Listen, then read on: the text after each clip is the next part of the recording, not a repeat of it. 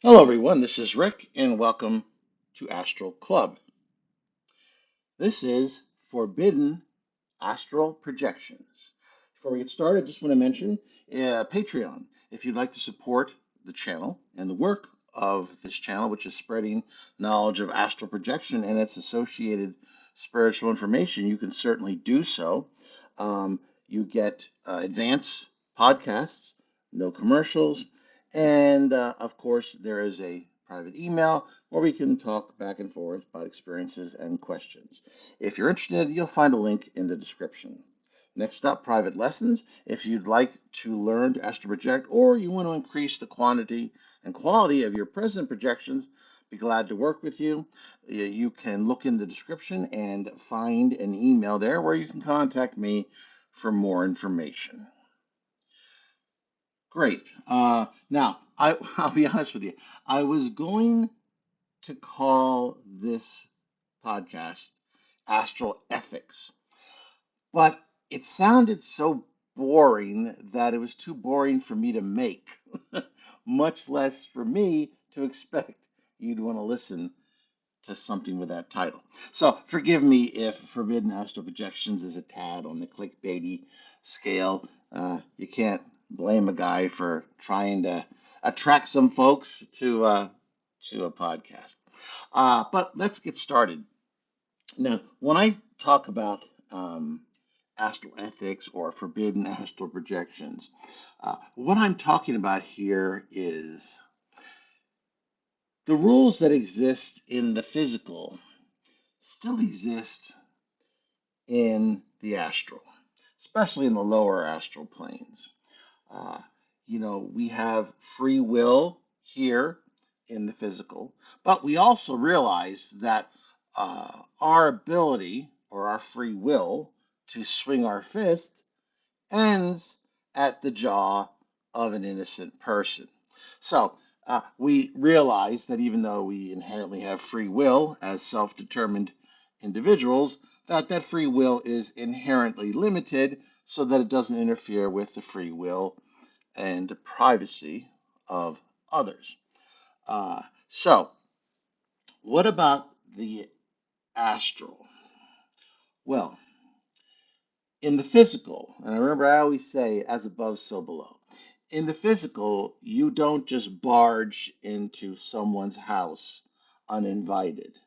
Not only is it a break, a violation of the social contract, it also happens to be illegal. And you can get in a lot of trouble for that type of home invasion, breaking and entering, whatever it is they want to call it nowadays. What about in the astral? Well, you can find a very interesting situation in the astral. It is not, many times, it is impossible to enter into a private home where you haven't previously been invited. It's kind of interesting. It's somewhat like vampire rules sometimes. There's all the old legends about a vampire can't come into your private space unless you invite him or her, or if they'd been invited previously. Well, there's a similar rule in the astral. Now, if you have enough astral willpower, there are times that you can certainly overcome that inhibition. But let me tell you, there are definite penalties to abusing that type of free will, which is, freedom from someone intruding on your space. And I've noticed that when I was younger and oblivious to a lot of these rules, I would do something like that. I'd go into houses just to look around and, see what toys or furniture they had, that kind of stuff that kids are interested in. And I realized that after that, I would often have long spates without projections. And later on, much later, when I talked about this with my angel, he told me that there's a type of system that if you violate a variety of these rules, you're sanctioned and no one comes down from the clouds and waves a wand over your head or something and says you're now sanctioned and you won't be able to project for long periods of time. But it does happen. And I'm not sure exactly of the actual uh, mechanisms. And my angel wasn't overly willing to share them other than to tell me of their existence. So, if you wish to continue to astral project on a regular basis, my suggestion is avoid intruding into places that aren't public, places that are private, and where you'd be intruding on someone's privacy. If you're invited, well, that's a different situation. If someone says, "Oh, hey, if you want to visit me in the astral, that's fine," then that's acceptable.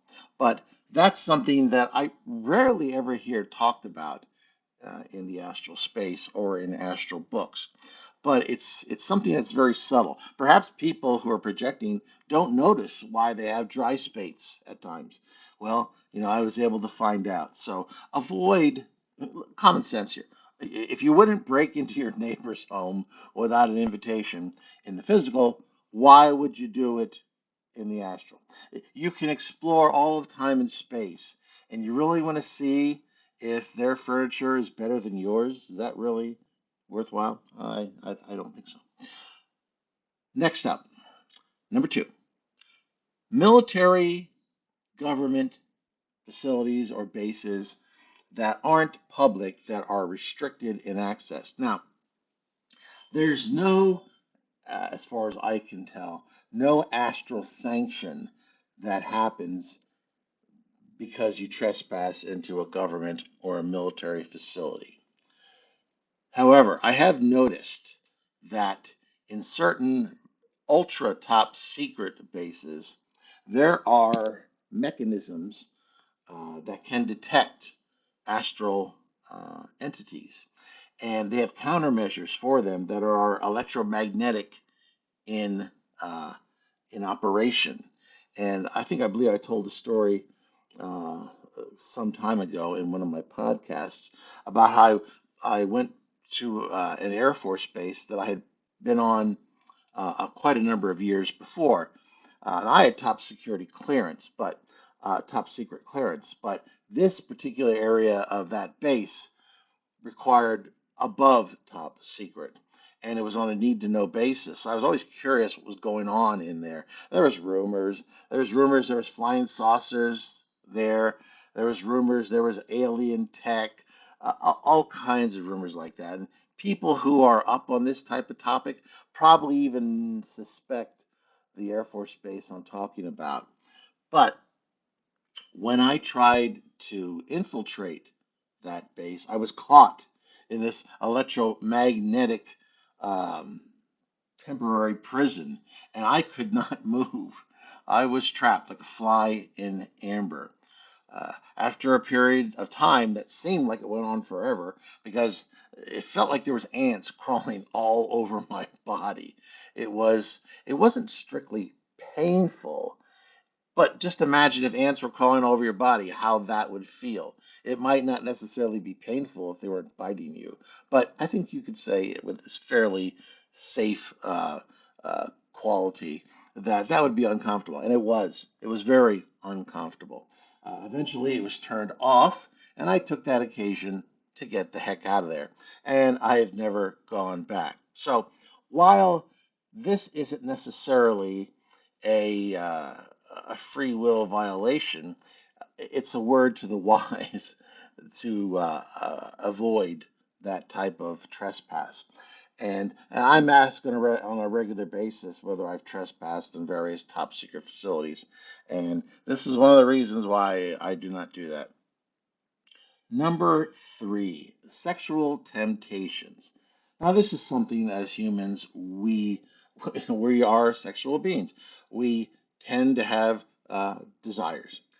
I have noticed, particularly when I was in my teenage years, uh, that when you astral project, if you allow that emotion, that drive to take over, it can become extraordinarily powerful, especially in the lower astral plane.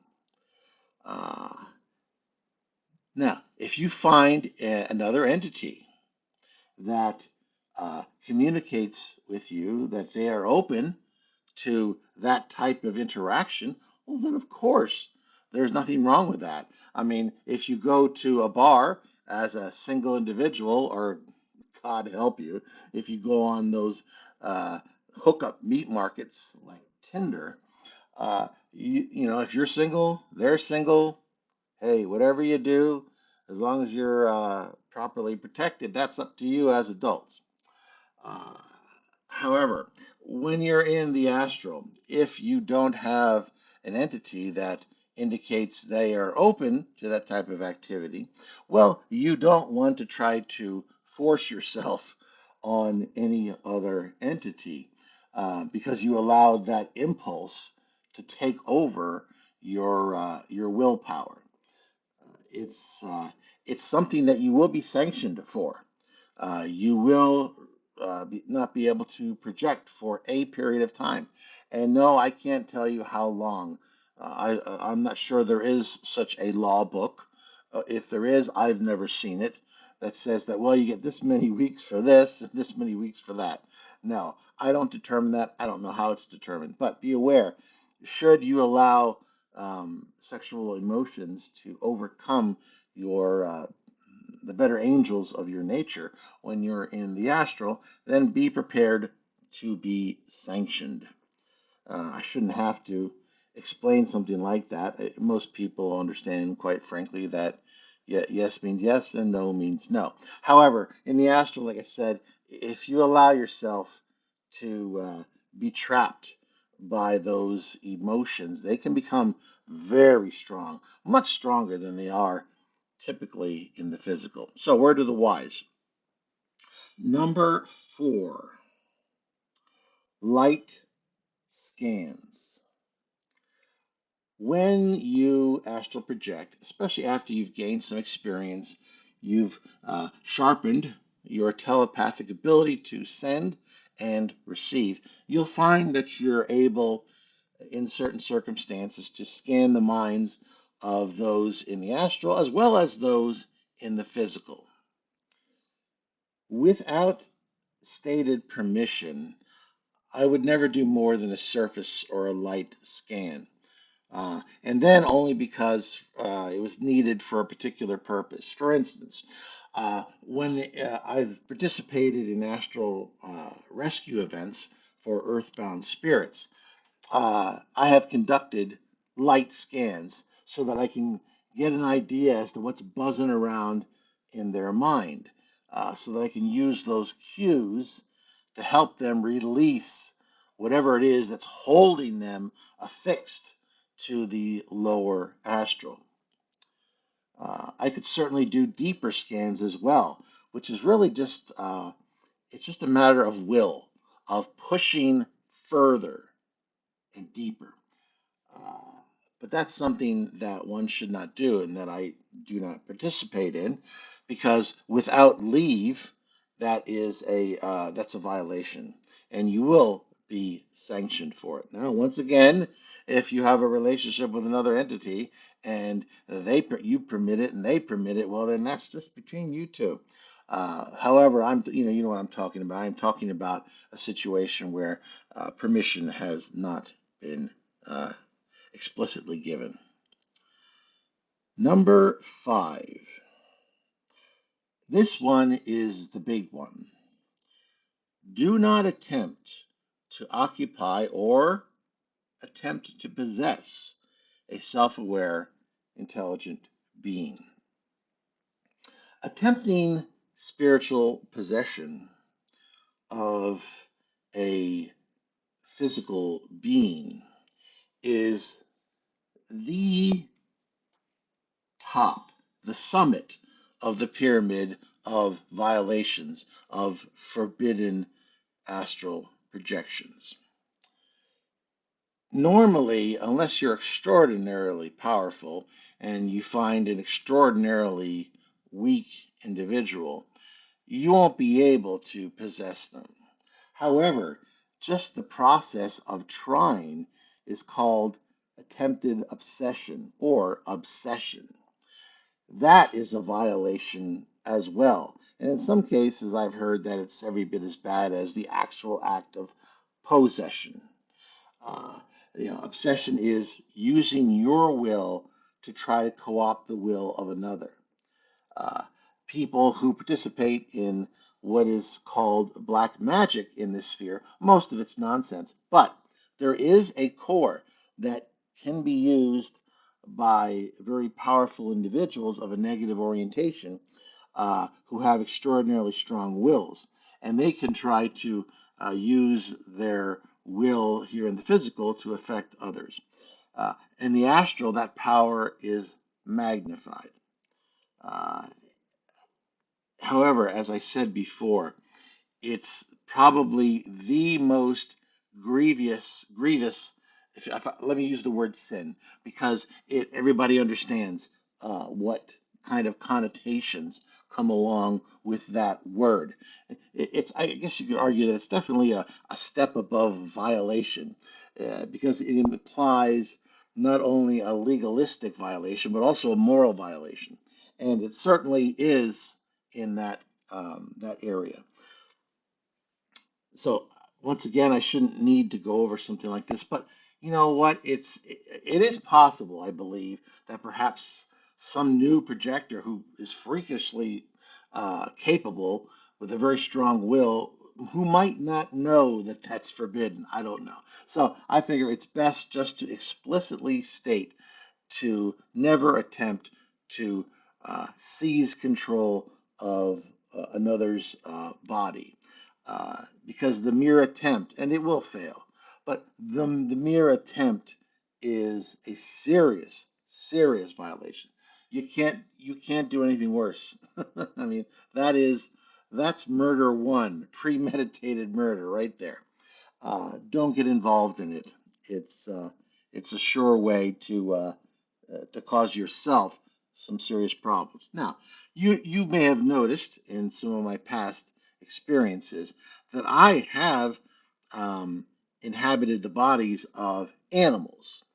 Now, animals that aren't self-aware are let me say there's a caution, an asterisk next to that particular activity. Since they're not self-aware, you can certainly take over their bodies with a necessary amount of will for short periods of time. I've done as much with a large cheetah type of cat in the future, a large fish of some sort. I don't know what it was. The megalodon shark, that particular experience, and also the giant dino croc. All of those types of animals, I was able to seize control of their bodies for short periods of time. Now, it's not forbidden the way this other stuff is. You won't be sanctioned for doing it. But let me explain to you why I put a caution mark next to that activity. If you do it too often, if you try to do it for too long, you will find that the instincts and some of the behavior of these animals will be incorporated in your character. When I have these brief encounters with each one of these types of animals, I had, for a period of a few weeks, impulses that came from this particular animal. Like, for instance, when I occupied the mind of that giant dinosaur crocodile, for several weeks afterwards, I had this craving for raw meat, for meat that was off, that was kind of spoiled. Instead of the natural human reaction of finding it distasteful, I found it extremely appetizing, which is not great for humans. We're not designed to handle spoiled meat.